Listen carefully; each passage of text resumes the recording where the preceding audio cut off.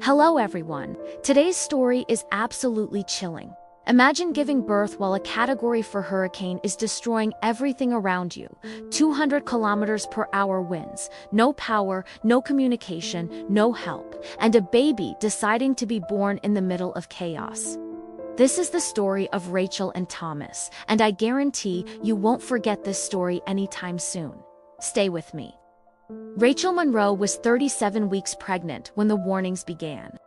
It was September 2023, and Hurricane Helena was approaching the Florida coast with devastating force.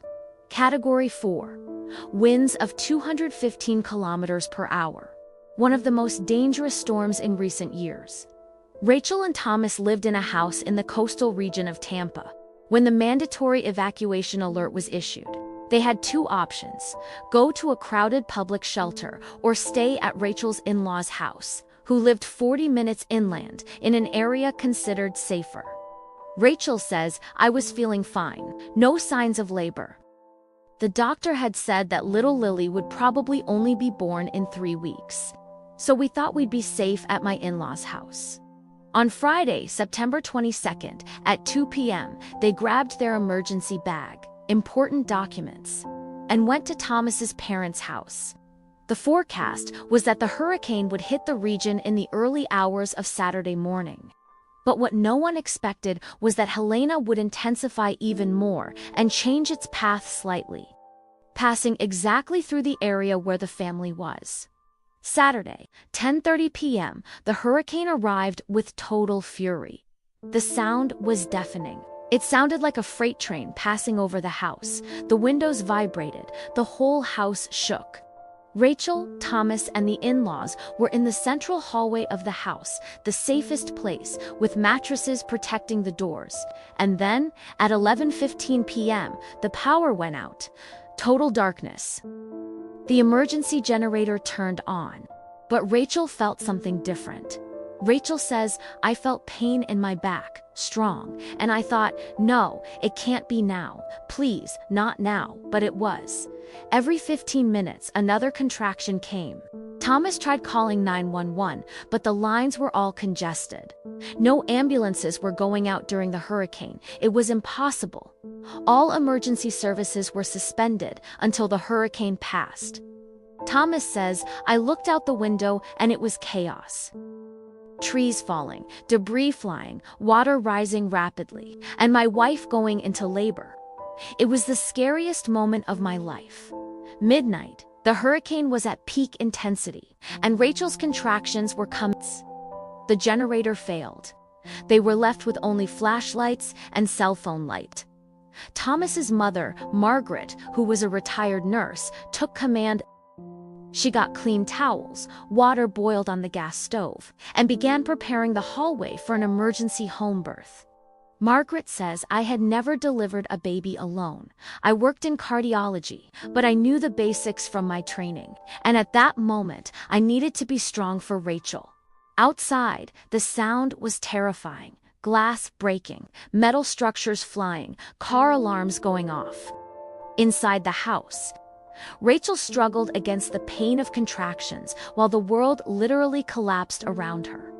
Rachel says each contraction was accompanied by the sound of the wind destroying everything. "I was afraid. Afraid of the hurricane, afraid of labor, afraid for my baby. But Thomas held my hand and said, 'We're going to get through this together.'" Around 1:30 a.m., Rachel's water broke. Margaret checked and confirmed the baby was coming. There was no turning back. The birth was going to happen there, in the hallway. During the worst hurricane Florida had seen in decades, 2 a.m., Rachel was in the transition phase, the most intense part of labor. Contractions were coming every 2 minutes. She screamed in pain, but the sound was muffled by the roars of the hurricane, and then something terrifying happened, a huge noise. Like an explosion. Part of the house's roof was ripped off by the wind. Rain started coming into the room next door. Thomas's father, Robert, ran to cover the area with plastic tarps, while Margaret and Thomas stayed protecting Rachel. Thomas says, "I covered Rachel with my body. I thought, if the whole roof flies off, I'm going to protect her and our baby." It was pure instinct. But the hallway where they were held up, the central structure of the house withstood, and Rachel, even in the midst of absolute chaos, continued pushing. Her body knew what to do, even when everything around was destruction. Rachel says, "I entered an almost surreal state. It was as if the hurricane didn't exist anymore. I only felt my body, the contractions, the pressure. I needed to get my daughter out of me. That was all that mattered." Margaret saw the baby's head beginning to appear. She encouraged Rachel, guided Thomas on how to support his wife, and prayed a lot for everything to turn out right. 2:47 a.m. The hurricane still roared outside, but inside that hallway, illuminated only by 2 weak flashlights, a miracle was happening.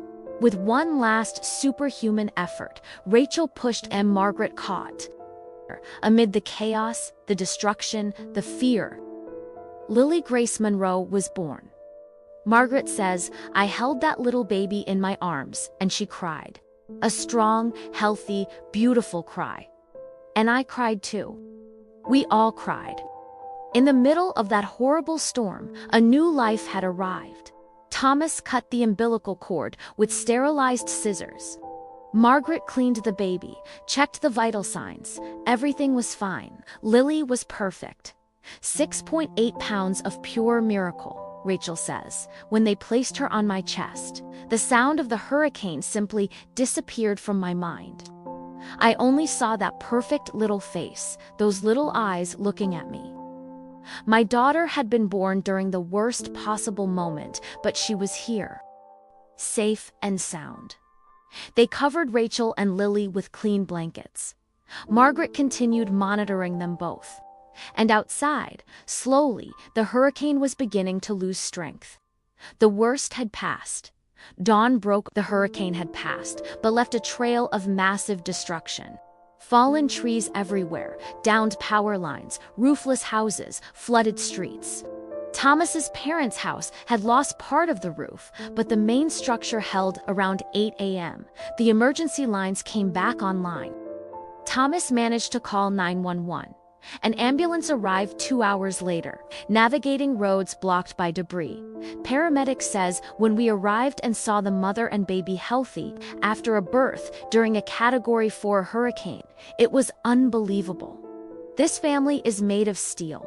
Rachel and Lily were taken to the hospital. Tests confirmed both were perfectly fine. Lily was a strong, healthy baby, and the birth, despite the insane circumstances, had gone without complications. The Monroe family's story spread quickly.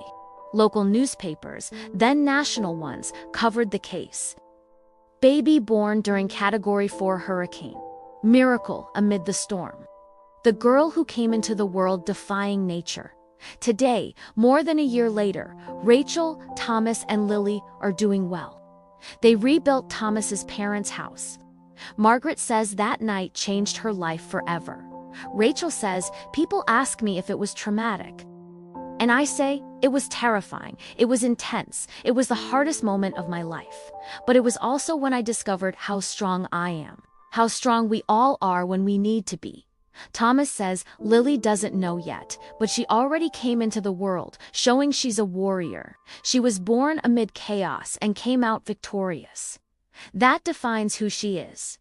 Margaret says, "That night taught me that finds a way. Even when everything seems to be falling apart, even when the world is literally being destroyed around us, life finds a way to flourish." The family says that the name Lily Grace wasn't chosen by chance. Lily means purity and renewal. Grace means divine grace. And that was exactly what they felt that night, that even in the most violent storm, there was grace, a miracle, happening. Lily turned 1 year old in September 2024. On her birthday, the family returned to the rebuilt house and planted a tree in the garden. A tree that, like Lily, will grow strong, resilient, and will witness that even after destruction, life continues, beautiful and full of hope.